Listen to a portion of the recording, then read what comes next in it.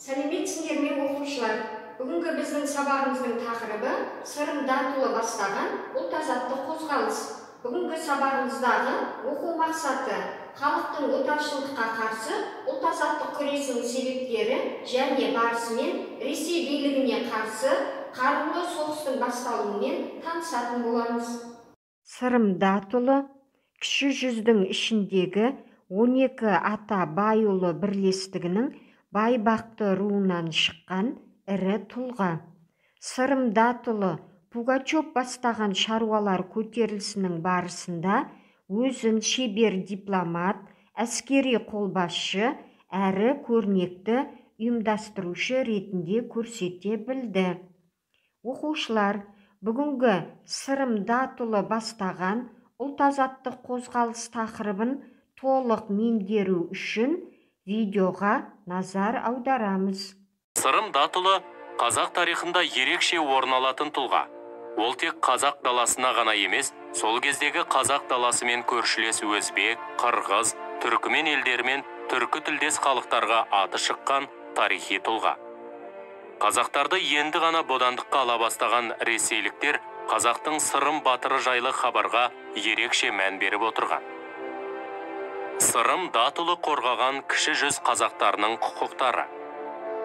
Ең алғашқы төменгі әкімшілік басқару құрылымы Париж коммунасы 1789-1794 деп саналып келсе, Сырым датұлы одан 4 жыл бұрын қазақ даласында халықтың өзін-өзі басқаруының негізін қалады. Ең алғаш рет қазақ даласындағы хандық басқарудың орнына кіші жүз аумағында халықтың өзін-өзі басқару түрі халық жиналысын енгізді. Халық жиналысына көшуге патшалық Ресейді көндіріп, отар болған қазақ даласында алғаш рет Ресей заңына емес, қазақтардың ата-бабасынан қалған ережелеріне бағынатын әкімшілік аймақ құрды. Осы заңның арқасында мылтықпен қаруланған Орал казактарының қазақ ауылдарына шабуыл жасап, малын айдап әкетуіне тосқауыл қойды. Қазақтар Жайық өзенінің жағалауына қоныстануға мүмкіндік алды. Көтерілістің себептері қандай? Біріншіден, шекара шебінің ішкі жағына уақытша өткен қазақтарға қойылатын талаптар қатая түсті. Екіншіден, Орал казак әскерлері тарапынан қазақ даласындағы әскери іздестірулер тоқтатылмады.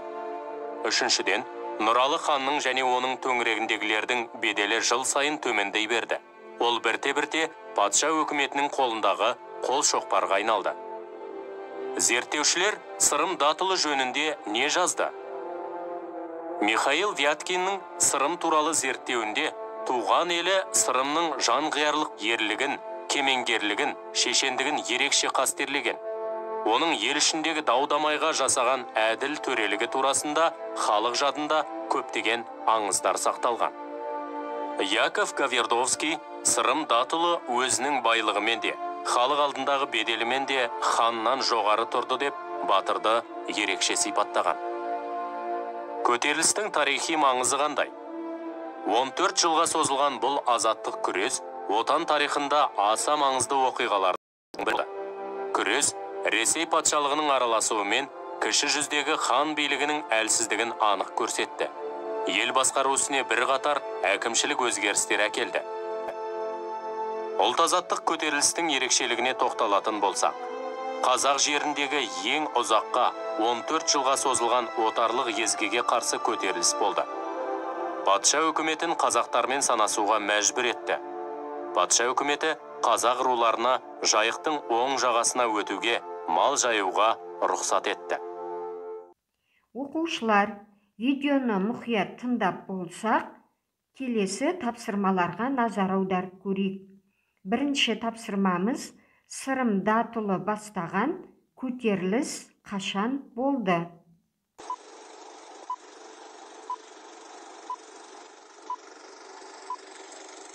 Оқушылар, бірінші тапсырманың жауабын салыстырып көрейік.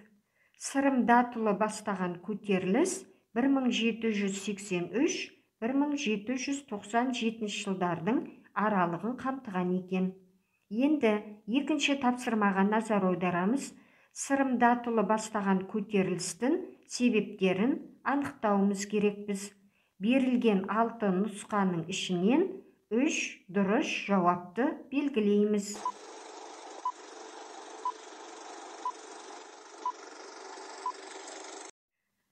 Екінші тапсырмамыздың жауаптарын салыстырамыз. Дұрыс жауаптары: хандар мен сұлтандардың халық жағдайымен санаспауы, отаршылдық саясаттың күшеюі, шекара шебіндегі қазақтарға қатал талаптардың қойылуы. Яғни 3 жауап. Келесі тапсырмамыз: сырым датұлының тұлғалық қасиеттерін дәлелдейміз. Берілген нұсқаларды бір-бірімен сәйкестендіреміз.